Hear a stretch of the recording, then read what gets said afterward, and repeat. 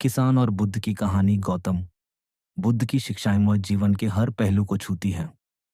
उनका जीवन उनकी उपदेशों के माध्यम से आज भी लोगों के लिए प्रेरणा का स्रोत बना हुआ है।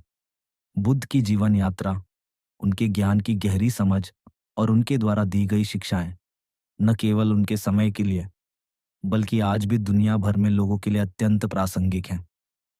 बुद्ध का जीवन सरलता, सत्य और दया की मिसाल था। एक बार बुद्ध को एक किसान के जीवन से जुड़ी एक कहानी सुनने का अवसर मिला, जो उनकी उपदेशों को और भी स्पष्ट करने में मददगार बनी। ये कहानी उस समय की है जब बुद्ध अपने शिष्यों के साथ एक गांव से गुजर रहे थे। गांव के पास एक बड़ा खेत था और उस खेत के मालिक एक साधारण किसान थे। वह किसान बुद्ध के दर्शन करना चाहता था और उनसे जीवन के दुख और कष्टों से बचने का उपाय पूछना चाहता था।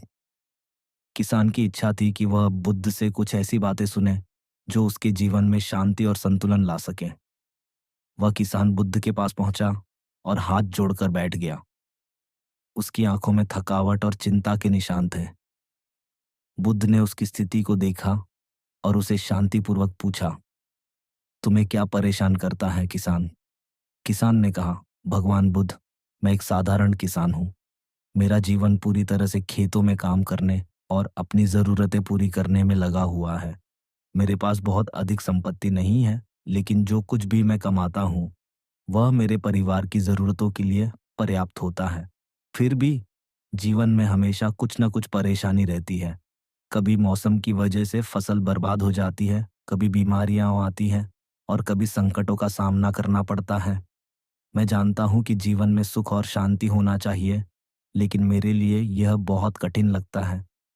मैं जानना चाहता हूँ कि मैं इन दुखों और कष्टों से कैसे मुक्ति पा सकता हूँ। बुद्ध ने किसान की बात को ध्यान से सुना और फिर धीरे से मुस्कुराए। उन्होंने कहा, तुमने बहुत अच्छे से अपनी समस्याओं को बताया किसान। जीवन में कठिनाइयां और दुख हमें सबको मिलते हैं, लेकिन क्या तुम यह जानना चाहते हो कि इन कष्टों से मुक्ति कैसे पाई जा सकती है? किसान ने उत्सुकता से पूछा। जी हाँ भगवान बुद्ध, कृपया मुझे बताइए, क्या कोई रास्ता है जिससे मैं इन समस्याओं और कष्टों से उबर सकूं? बुद्ध ने उसे समझाते हुए कहा, किसान, जीवन में दुख और समस्याएं किसी से छिपी हुई नहीं है। हर व्यक्ति को कभी ना कभी किसी न किसी रूप में दुख का सामना करना ही पड़ता है। यही जीवन का एक अनिवार्य भाग है। हालांकि दुख से मुक्ति पाई जा सकती है, लेकिन इसके लिए हमें अपनी मानसिक स्थिति और दृष्टिकोण को बदलने की आवश्यकता होती है। मैं तुम्हें जीवन के दुख और उनके समाधान के बारे में बताता हूँ। जीवन में दुख एक वास्तविकता है। यह दुख जन्म से लेकर मृत्यु तक हर पल हमारे साथ रहता है। चाहे वह कोई शारीरिक पीड़ा हो, मानसिक पीड़ा हो या फिर सामाजिक कठिनाई हो, दुख हर जगह मौजूद है। लेकिन यह दुख स्थायी नहीं होता।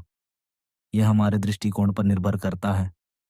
दुख का मुख्य कारण हमारी इच्छाएं और तृष्णाएं हैं। हम जो चाहते हैं वह हमेशा हमें नहीं मिलता। यही हमारे दुख का कारण बनता है। जब हम किसी चीज के प्रति अपनी इच्छाओं को नियंत्रित कर लेते हैं तो दुख का भी कारण समाप्त हो जाता है। अगर हम अपनी इच्छाओं और तृष्णाओं से मुक्ति पा लें तो हम दुख से बाहर निकल सकते हैं। निर्वाण की अवस्था वह स्थिति है जहां व्यक्ति अपने भीतर शांति और संतुलन पाता है।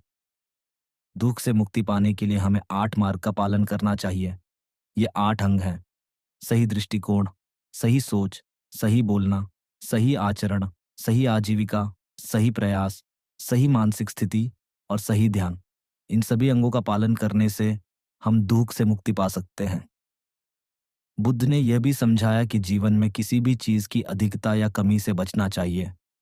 उन्हें मध्यम मार्ग की शिक्षा दी, जिसका अर्थ था जीवन में संतुलन बनाए रखना। किसान जीवन में अत्यधिक भोग और तपस्या दोनों ही दुख का कारण बन सकते हैं। इसलिए हमें किसी भी चीज में अत्यधिक उन्माद नहीं करना चाहिए। अगर तुम संतुलन और संयम रखोगे तो तुम्हारा मन शांत रहेगा और तुम जीवन की कठिनाइयों से उबरने में सक्षम रहोगे। बुद्ध ने किसान से कहा, तुम्हें अपनी परेशानियों से निपटने के लिए करुणा और प्रेम का पालन करना चाहिए। जब हम दूसरों के प्रति सहानुभूति और दया रखते हैं तो हमारा मन हल्का हो जाता है। प्रेम और करुणा ही वह शक्तियां हैं जो हमें जीवन में शांति और संतुलन प्राप्त करने में मदद करती है। बुद्ध ने किसान को यह भी बताया कि मानसिक शांति प्राप्त करने के लिए ध्यान और साधना बहुत आवश्यक है। किसान, तुम्हारा मन हमेशा कार्यों और समस्याओं में व्यस्त रहता है, लेकिन जब तुम ध्यान करते हो तो तुम्हारा मन शांति की ओर बढ़ता है। ध्यान से तुम्हें न केवल मानसिक शांति मिलती है, बल्कि तुम अपने जीवन की समस्याओं को बेहतर तरीके से समझने और उनका समाधान निकालने में सक्षम हो सकते हो। बुद्ध ने किसान को यह भी समझाया कि आध्यात्मिक दृष्टिकोण से भी जीवन की समस्याओं से जूझा जा सकता है। जब हम अपनी आत्मा को शुद्ध करते हैं और अपनी मानसिकता को सही दिशा में बदलते हैं, तो हम दुनिया के धोखों से दूर हो सकते हैं। बुद्ध की बातों को सुनकर किसान का चेहरा हल्का और शांत हो गया।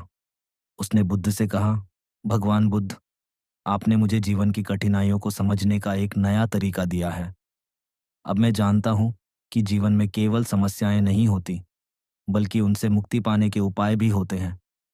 मैं अब अपनी तृष्णाओं और इच्छाओं को नियंत्रित करने की कोशिश करूंगा और जीवन में संतुलन बनाए रखूंगा, जिसमें हम बुद्ध के दिखाए मार्ग पर चलने का वचन देते हैं।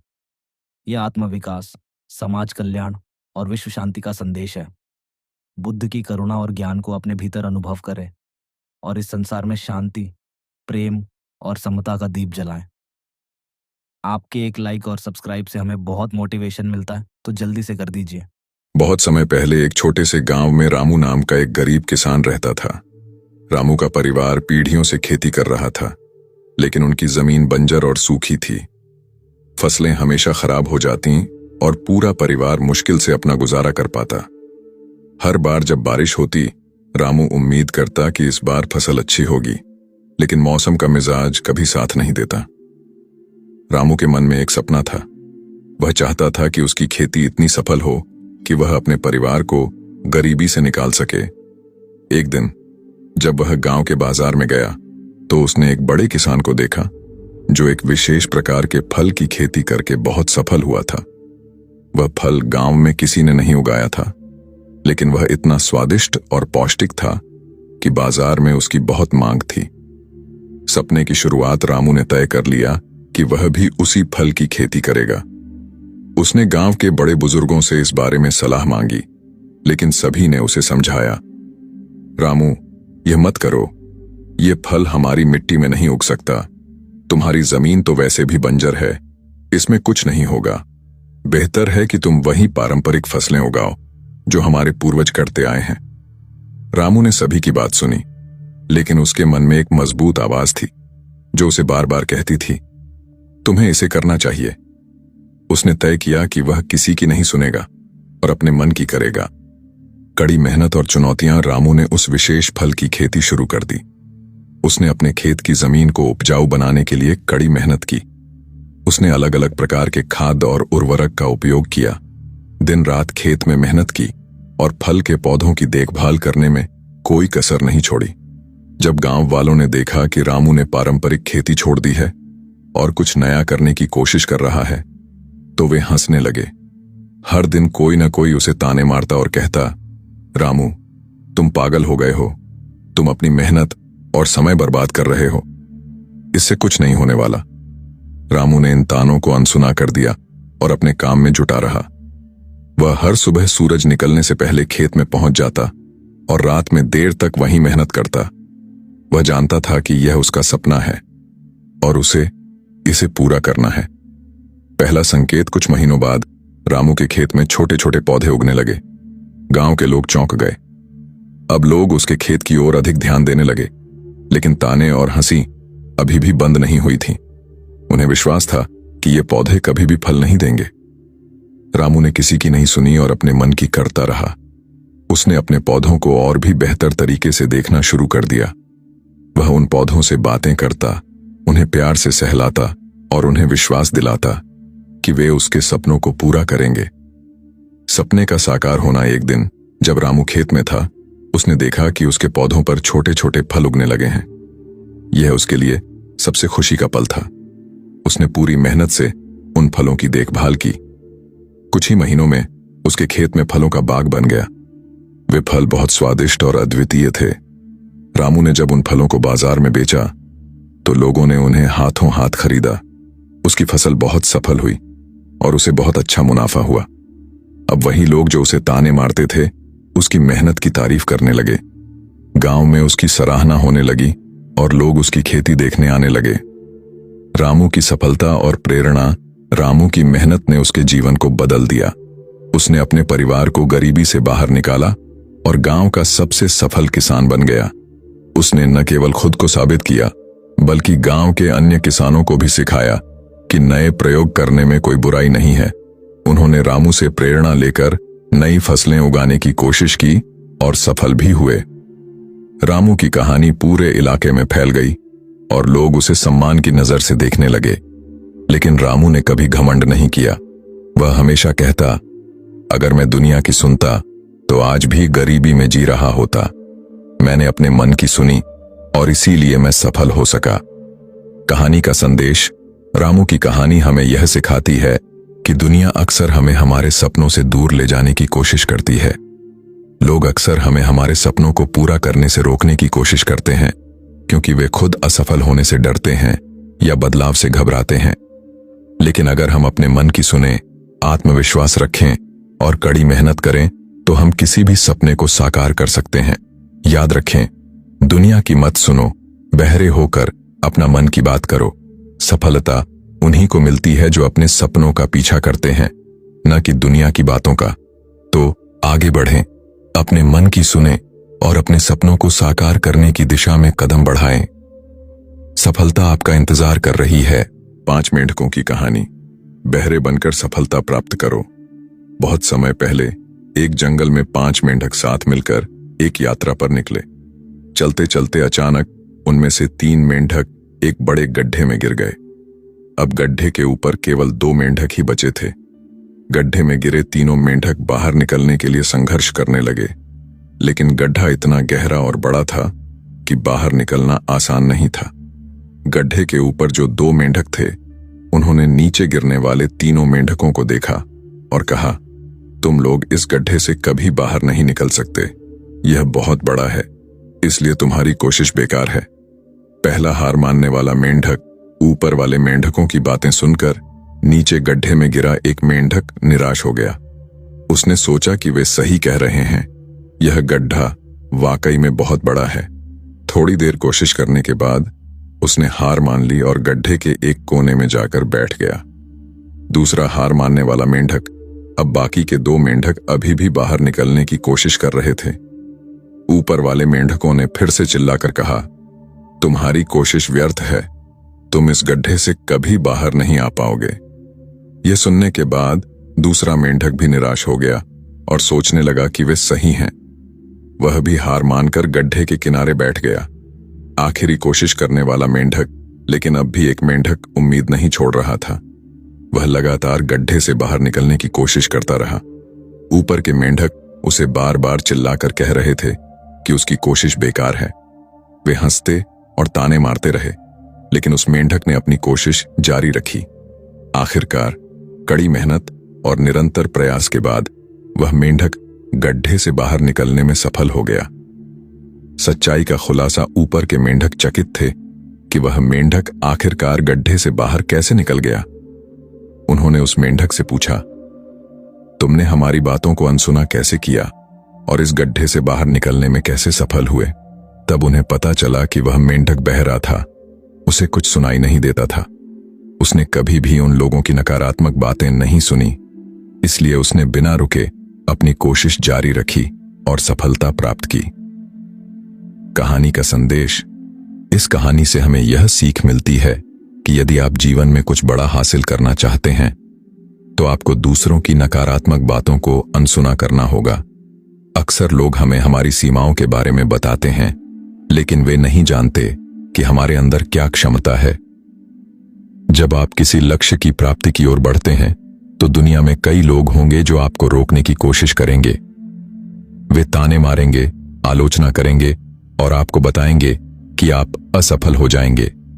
लेकिन अगर आप उनकी बातों पर ध्यान नहीं देंगे और बहरे बनकर अपने सपनों की ओर बढ़ते रहेंगे तो आप किसी भी कठिनाई को पार कर सकते हैं और सफलता प्राप्त कर सकते हैं। निष्कर्ष, इसीलिए जीवन में सफल होने के लिए लोगों की नकारात्मक बातें सुनना बंद करें और अपनी मेहनत पर ध्यान केंद्रित करें। दुनिया का सबसे बड़ा रोग है क्या कहेंगे लोग। अगर आप बहरे बनकर अपने सपनों की ओर ध्यान केंद्रित करेंगे तो आप वह हासिल कर सकते हैं जो आपको असंभव लगता था। आपकी मेहनत और विश्वास ही आपको सफल बनाएंगे। बहुत समय पहले की बात है। एक नगरी में एक बहुत ही धनवान सेठ रहा करता था।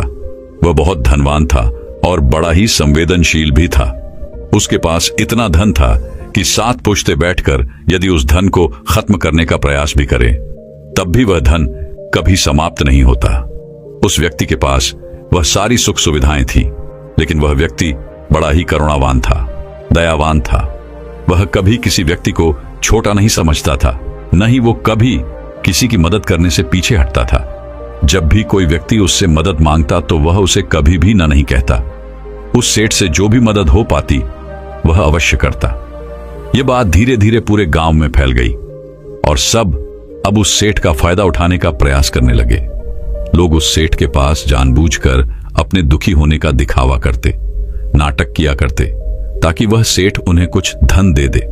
और वह सेठ इतना दयालु था, इतना करुणावान था कि वह लोगों की बातों पर यकीन कर लिया करता और उनको कुछ ना कुछ मदद वो अवश्य किया करता।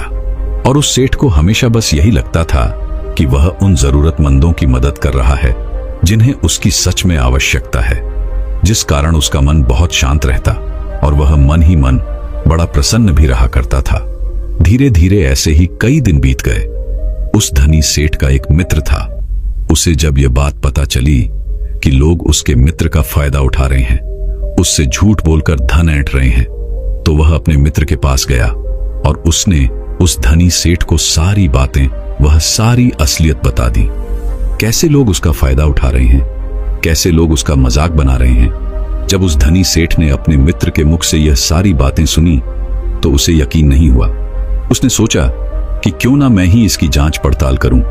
और उसने जब जांच पड़ताल की तो उसे भी यही पता चला कि लोग उसका फायदा उठा रहे हैं, उसका मजाक बना रहे हैं। और जब यह बात उस धनी सेठ को पता चली तो उसके दिल को गहरा धक्का लगा, उसे बहुत ठेस पहुंची। लेकिन इतने समय में अब उस धनी सेठ के कई मित्र बन चुके थे। उनमें से कई मित्र सच्चे थे तो कई झूठ थे। लेकिन उनमें से कौन से मित्र सही थे और कौन गलत, यह उस धनी सेठ के लिए जान पाना बहुत मुश्किल सा हो गया था, क्योंकि वह अक्सर ही भीड़ भाड़ में घिरा रहता था। चारों तरफ उसके सच्चे और झूठे मित्र उसे घेरे रहते थे। लेकिन जब उसे इस धोखाधड़ी का पता चला तो उसने यह तय किया कि अब से वह अकेला रहेगा, एकांत में रहेगा। ना ही वह किसी से ज्यादा मित्रता रखेगा और ना ही किसी को अपना ज्यादा समय देगा। धीरे धीरे जो भी लोग अब उसके पास दान मांगने आया करते उन्हें हवेली के बाहर से ही लौटा दिया जाता, यह कहकर कि अब वह सेठ आपसे नहीं मिलना चाहते। धीरे धीरे ऐसे ही समय बीतता गया और जो भी उस हवेली पर उस धनी सेठ के पास मदद मांगने जाता उसे खाली हाथ ही लौटना पड़ता। समय बीतने के साथ साथ अब उस धनी सेठ को भी अपने मित्रों की याद सताने लगी, जिनके साथ वह बैठकर मौज मस्ती किया करता, गप्पे मारा करता। अब उसे वह मित्र याद आने लगे थे, उसकी याद उन्हें सताने लगी थी। लेकिन तभी अचानक उसे यह भी याद आया कि किस तरह से उसके मित्रों ने उसका फायदा उठाया, किस तरह से उसे बेवकूफ बनाया और तो और झूठा दिखावा करके कितना सारा धन उससे ऐंठा गया। यह सोचकर वह अपने किसी भी दोस्त से मिलना नहीं चाहता था, ना ही किसी की संगत में वह रहना चाहता था। वह तो बस अब अकेला रहना चाहता था, जिस कारण उसने अब सत्संग जाना शुरू कर दिया था ताकि उसका मन लग सके, ताकि वह अच्छा महसूस कर सके। उस सत्संग में उसे कई सारे ज्ञान की बातें भी सीखने को मिलती, कई सारे ऐसे उपदेश जिससे उसका पूरा जीवन बदल जाए और दूसरों के विचार भी उसे सुनने को मिल जाते। उस सेठ को वहां पर जाकर बहुत अच्छा लगने लगा। वह एक बार फिर से वही खुशी और आनंद महसूस कर रहा था, जिस कारण वह रोज उस सत्संग में जाने लगा और ज्ञान के वह उपदेश वह सुनने लगा, उन्हें अपने जीवन में उतारने लगा। यूं तो कहने को वह बहुत ही धनी था, लेकिन उसके बावजूद उसके मन में कोई भी आनंद की झलक नहीं थी। सत्संग में जब भी ज्ञान की बातें होती तो वो उसे बड़े ही ध्यान से सुनता। इतना ज्ञान होने के बावजूद भी अंतर्मन से वह एकदम अलग था। वह अपने अंतर ज्ञान से एकदम अलग थलग था, जिस कारण उसके पूरे जीवन में आनंद की एक झलक तक नहीं थी। वह जिस सत्संग में जाया करता वहां पर अक्सर ही ध्यान पर चर्चा की जाती, लेकिन सेठ अभी तक ध्यान के बारे में कुछ नहीं जानता था। यहां तक कि उसे यह तक नहीं पता था कि आखिर यह है क्या।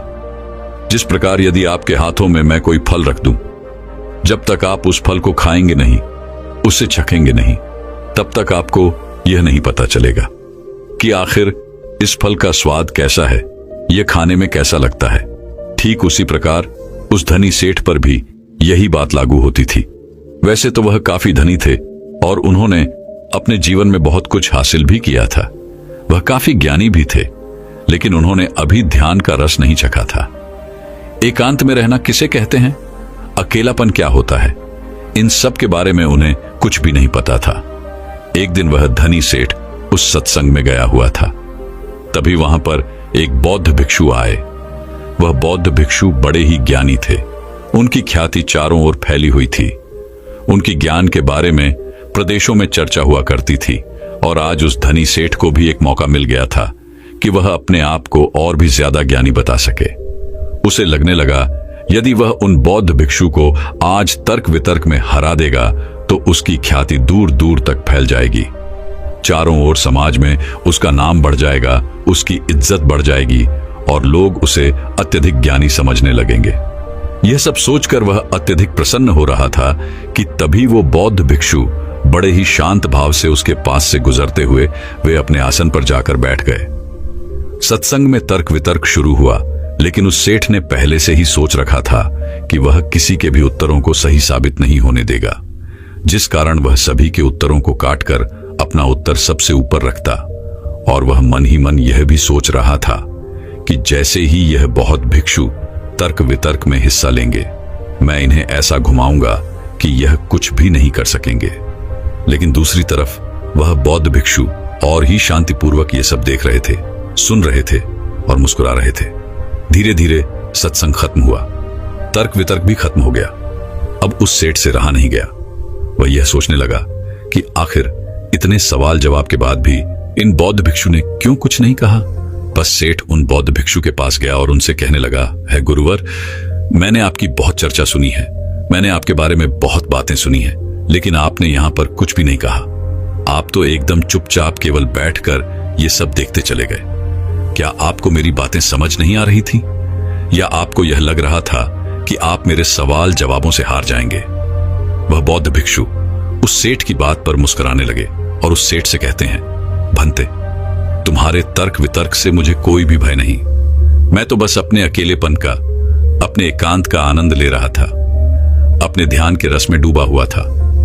ऐसी बात नहीं कि मैं तुम लोगों की बातें नहीं सुन रहा था, मैं उसे पूरी तरह से जागृत होकर सुन रहा था, लेकिन मेरे मन को कोई भी प्रतिरोध नहीं था। यह सुनकर वह धनी सेठ उन बौद्ध भिक्षु से कहता है, आप क्या कहना चाहते हैं? तभी वो बौद्ध भिक्षु उस धनी सेठ से एक बार फिर मुस्कुराते हुए कहते हैं, बेटा, मैं जानता हूं कि हर कोई ज्ञानी बनना चाहता है। वह अपने आप को सर्वश्रेष्ठ ज्ञानी मानता है, जिस कारण वह हर जगह से ज्ञान इकट्ठा करता है ताकि उसे ज्ञान के मामले में कोई भी पीछे ना कर सके।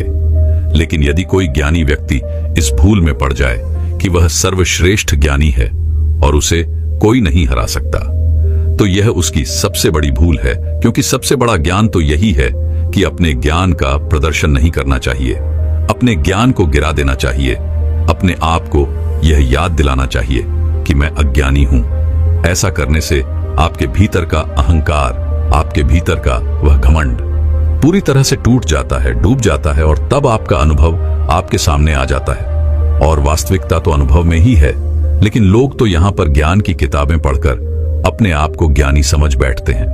वे सोचते हैं कि जो ज्ञान उन्होंने अर्जित किया है वह तो किताबों का ही है, वह किताब और विज्ञान को ही असल सत्य मान बैठते हैं। और यही कारण है कि ऐसे लोग कभी भी एकांत का वह आनंद नहीं उठा पाते, क्योंकि वह तो बेवकूफों की तरह हमेशा अपने ज्ञान का प्रदर्शन करने में ही लगे रहते हैं। उन बौद्ध भिक्षु के मुख से यह सारी बातें सुनकर उस धनी सेठ के दिल पर चोट सी लगी। उसे बहुत बड़ा धक्का महसूस हुआ। उस धनी सेठ ने उन बौद्ध भिक्षु से कहा, आपके कहने का अर्थ क्या है? जब कोई व्यक्ति ज्ञान अर्जित कर लेता है तो उसके बाद उसे कौन सा रास्ता अपनाना चाहिए? क्या उसे अपने ज्ञान के बारे में लोगों को नहीं बताना चाहिए? क्या ज्ञान लोगों को नहीं बांटना चाहिए? यह सुनकर वह बौद्ध भिक्षु उस धनी सेठ से कहते हैं, असली ज्ञानी होने की पहचान तो यही है कि वह अपने ज्ञान से लोगों को सही मार्ग दिखाएं, जिससे दूसरे व्यक्ति के मन में उठने वाले जो भी सवाल हैं, जो भी प्रश्न हैं, वो पूरी तरह से खत्म हो जाए।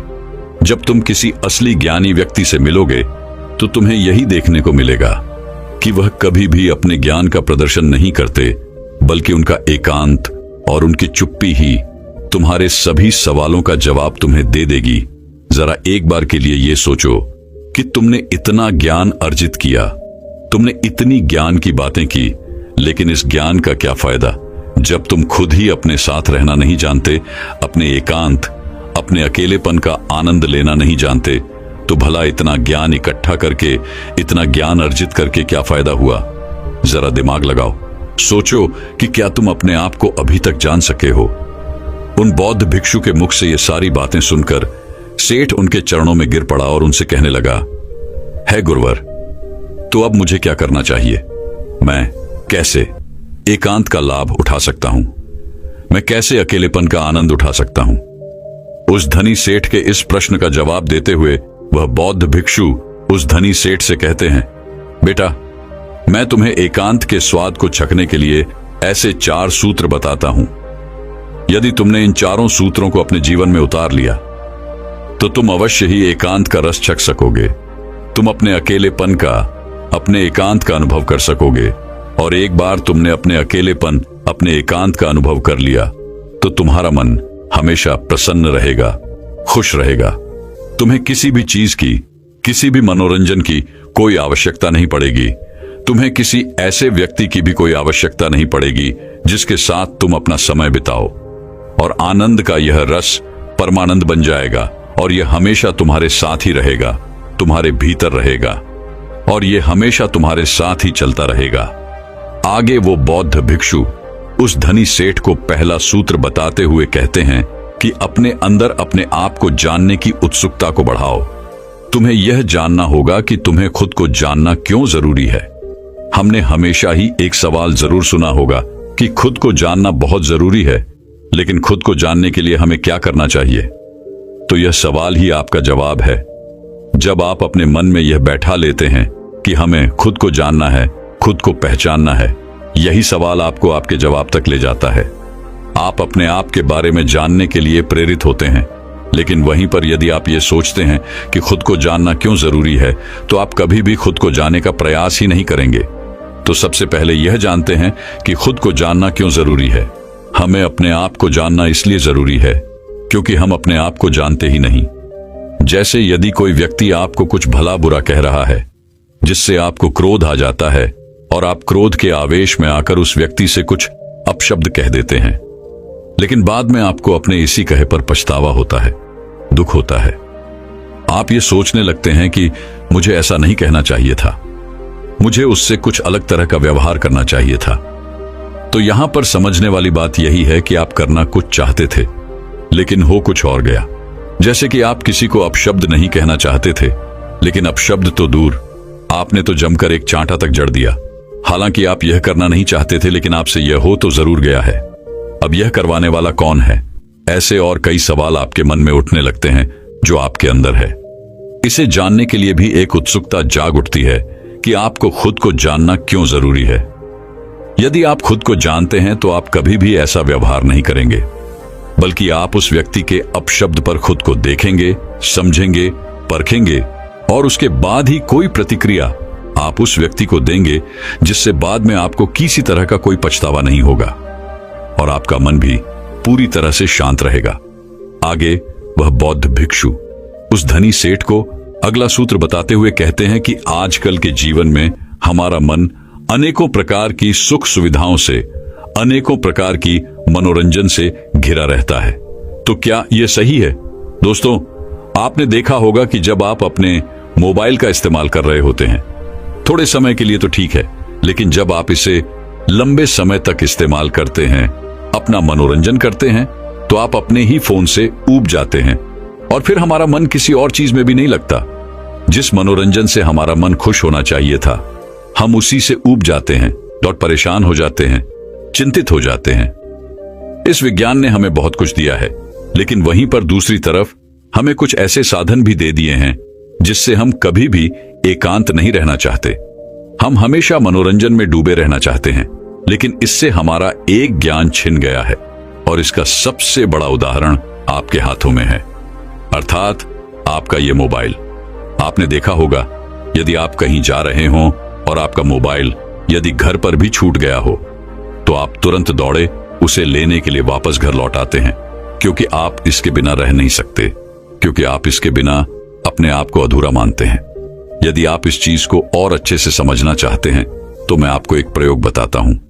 एक दिन के लिए आप अपना मोबाइल बंद करके किसी ऐसी तिजोरी में रख दें जहां पर आप इसे चाहकर भी छू ना पाए। इसी तरह से आपको पूरा अपना एक दिन बिताना है।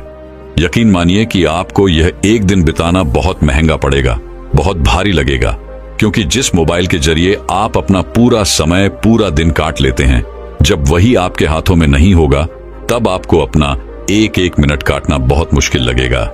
लेकिन वास्तविकता तो यही है कि हमने अपने एकांत की बागडोर इन्हीं आविष्कारों के हाथों में दे दी है, जिस कारण हम कभी भी एकांत नहीं ढूंढ पाते, अपने लिए एकांत का वह रस नहीं छक पाते। आगे वह बौद्ध भिक्षु उस धनी सेठ को तीसरा सूत्र बताते हुए कहते हैं कि अपने आप को खाली रखो, क्योंकि आजकल लोग भाग दौड़ में इतना व्यस्त रहते हैं कि उनके पास अपने लिए तनिक भर का भी समय नहीं है, और जो थोड़ा समय हमें अपने लिए मिलता है वो भी हम मनोरंजन में लगा देते हैं, जिस कारण हमें अपने आप को जानना बहुत मुश्किल सा लगने लगता है। जब भी कोई थोड़ी सी भी विपत्ति हमारे ऊपर आती है तो हम चिंतित हो जाते हैं, परेशान हो जाते हैं, क्योंकि हमें अपने बारे में कुछ पता ही नहीं। लेकिन जब आप एकांत में रहना सीखते हैं, अपने साथ अपना समय व्यतीत करना शुरू करते हैं, तभी आपको अपने अंदर की वो शक्तियां, वो ताकत, वो काबिलियत समझ में आने लगती है, और आप हर तकलीफ का सामना करने के लिए भी आप पूरी तरह से तैयार होते हैं।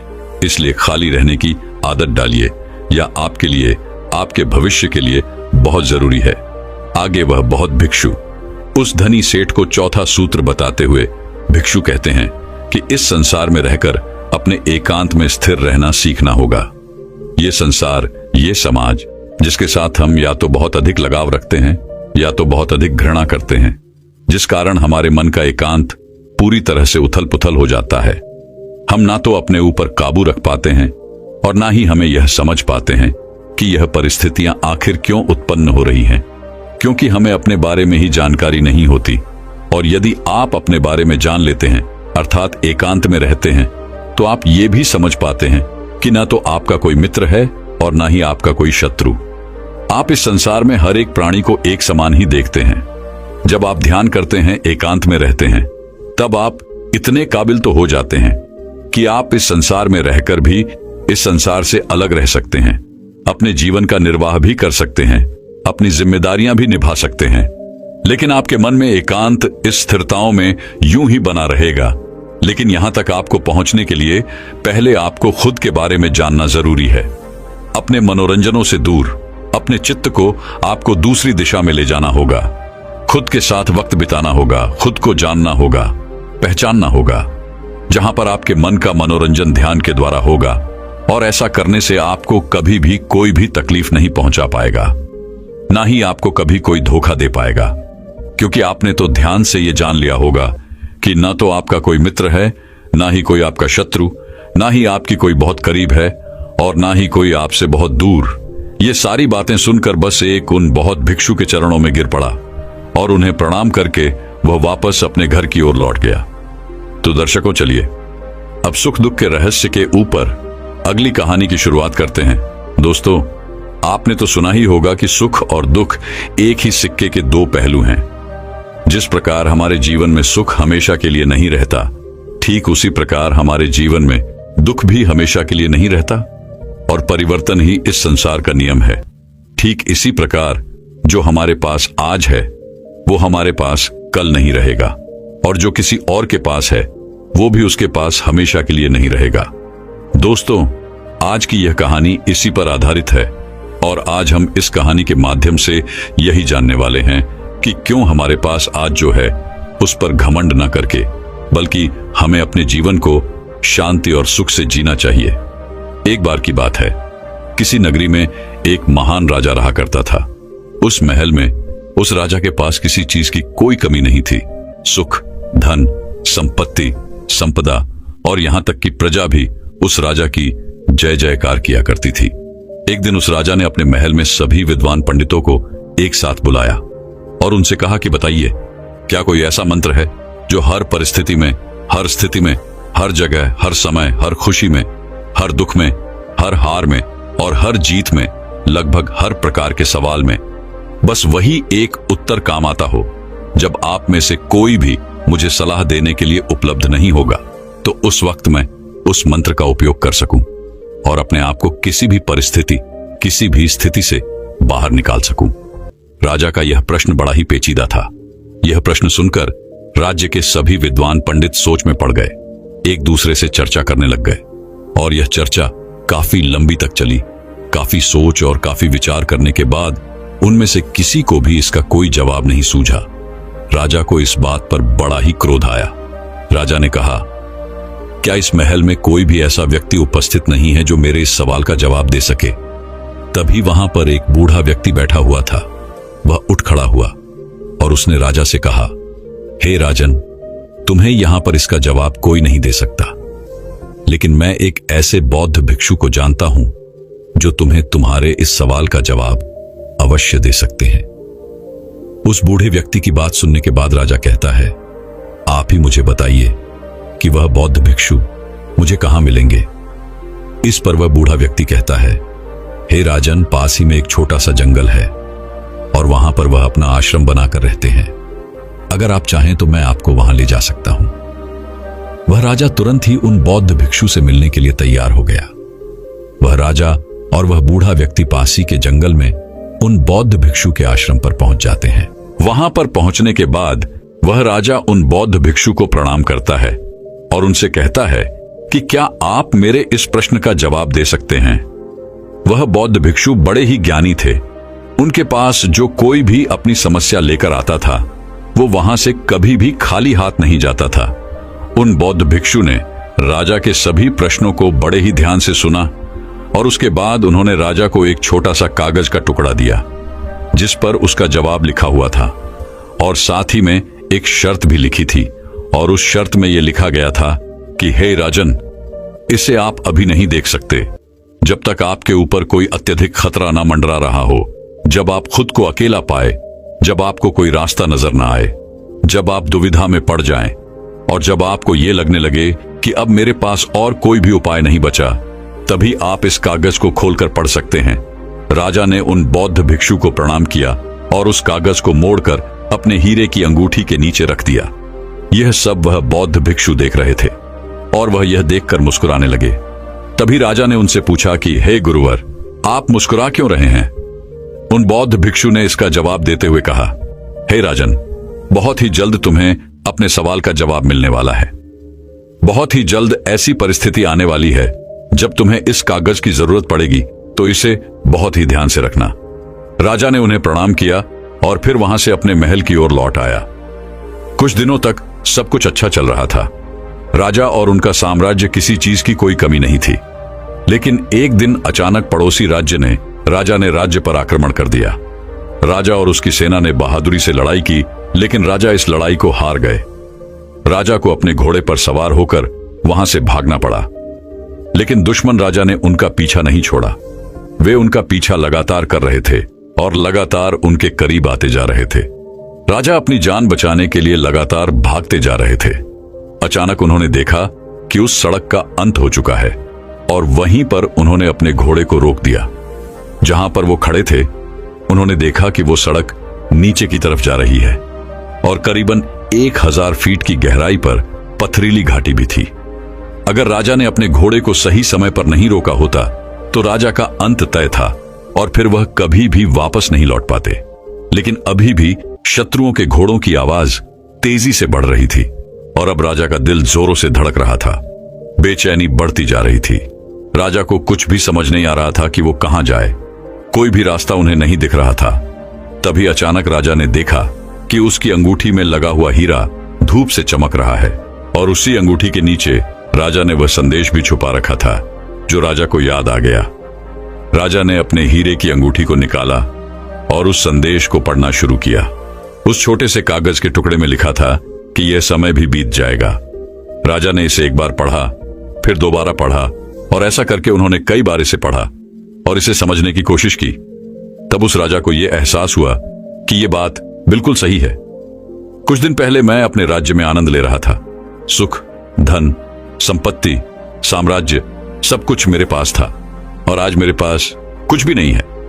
मेरे पास वो मेरा राज्य भी नहीं है और ना ही मेरे पास अब कोई सुख बचा हुआ है। आज मैं अपनी जान बचाने की कोशिश कर रहा हूं और मेरे सुख के वो दिन बीत गए हैं।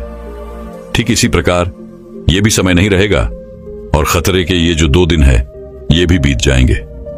इतना समझते ही उन राजा के चेहरे पर, उनके मन में एक अजीब सी शांति छा गई। वह राजा वहीं पर खड़ा रह गया। उसने इससे सुंदर जगह आज से पहले कभी नहीं देखी थी। वह प्राकृतिक सौंदर्य से भरपूर थी। उसे कभी नहीं पता था कि इतनी खूबसूरत जगह भी उसके राज्य का एक हिस्सा है। राजा को वह संदेश समझ में आ चुका था जिससे राजा के मन को बड़ी ही शांति मिली। राजा ये भी भूल चुके थे कि उनके शत्रु पीछा कर रहे हैं। राजा वहीं पर बैठकर कुछ देर आराम करते हैं। कुछ देर बाद उन्हें यह एहसास हुआ कि उनके पीछे उनके शत्रु लगे हुए थे, जिनके घोड़ों की आवाज तेजी से बढ़ रही थी, लेकिन अब वो धीरे धीरे कम हो रही है। ऐसा प्रतीत हो रहा था कि मानो वे लोग उस जगह के किसी और हिस्से में चले गए थे और जहां पर वो राजा खड़े थे वहां पर उनका कोई भी शत्रु नहीं पहुंच पाया। वह राजा बड़ा ही बलवान था। उसने कुछ दिनों तक अपना जीवन छोटा मोटा काम करके चलाया, लेकिन राजा ने अभी हार नहीं मानी थी। राजा ने अपनी सेना को फिर से इकट्ठा किया, युद्ध के लिए तैयार किया और शत्रुओं पर आक्रमण कर दिया। अब की बार राजा की सेना ने फिर से बहादुरी से लड़ाई की और राजा ने इस बार शत्रु को पराजित कर दिया। राजा अपने साम्राज्य को वापस पा चुका था। अब जब वह जीत के बाद साम्राज्य में लौट रहा था तो पूरी राजधानी में उसका बहुत धूमधाम से स्वागत किया जा रहा था। जीत की खुशी मनाई जा रही थी। हर कोई उत्सव मना रहा था। हर घर के लोग राजा के ऊपर फौल बरसा रहे थे। लोग नाच रहे थे, गा रहे थे। तभी अचानक राजा के मन में यह एहसास हुआ कि वह सबसे बलवान राजा है। वह सोचने लगा कि मैं सबसे बहादुर हूं और महानतम राजाओं में से एक हूं। मुझे हराना संभव नहीं है। इस तरह का स्वागत और सत्कार देखकर राजा के मन में अहंकार उत्पन्न होने लगा। तभी अचानक वह हीरे की अंगूठी धूप में फिर से चमकने लग गई। राजा को फिर से याद आया कि उसके नीचे एक संदेश है। राजा ने उस अंगूठी को निकाला और उस संदेश को फिर से पढ़ा। उस संदेश में लिखा था कि यह भी गुजर जाएगा। वह राजा बिल्कुल मौन हो गया। उसके मन में फिर से एक शांति सी छा गई। राजा का चेहरा अहंकार से पूर्ण परिवर्तन से होकर गुजरा। वह पूरी तरह से दीनता की स्थिति में चला गया। उसने सोचा कि यदि यह भी नहीं रहेगा, यह भी गुजर जाएगा। इसका मतलब कि यह भी मेरा नहीं है। हार मेरी नहीं थी, जीत भी मेरी नहीं है। मैं तो केवल यह सब देखने वाला हूं। सब कुछ समय के साथ ऐसे ही बीत जाता है और हम तो केवल इन सब के साक्षी हैं। हम देखने वाले हैं। जीवन आता है और जीवन चला जाता है। सुख आता है, सुख भी चला जाता है। दुख आता है, दुख भी चला जाता है। ये सब लम्हे यूं ही गुजर जाएंगे। इसीलिए मुझे इनसे आसक्त नहीं होना चाहिए। इस सब के साथ यदि हम अपने जीवन में देखें और चुपचाप उन सभी चीजों का मूल्यांकन करें तो हम पाएंगे कि यह समय भी गुजर जाएगा। अपने जीवन में खुशी और जीत के बारे में सोचो, दुख और हार के पलों के बारे में सोचो। क्या वह स्थायी थे? बिल्कुल नहीं। वे सब आए और चले गए। ठीक उसी प्रकार यह भी नहीं रहेगा और बीत जाएगा। समय इसी तरह से बीतता चला जाता है। जीवन यूं ही गुजर जाता है। इस संसार में कुछ भी स्थायी नहीं है। सब कुछ बदलता है। परिवर्तन के इस नियम को स्वीकार करो। इस पर अपने नजरिए से विचार करो। दोस्तों, हमारे जीवन में भी ऐसे कई पल आते हैं जिन्हें हम अपने जीवन से कभी भी जाने नहीं देना चाहते, लेकिन यह जीवन है, यह समय है, यह पल है जो कभी भी नहीं रुकते।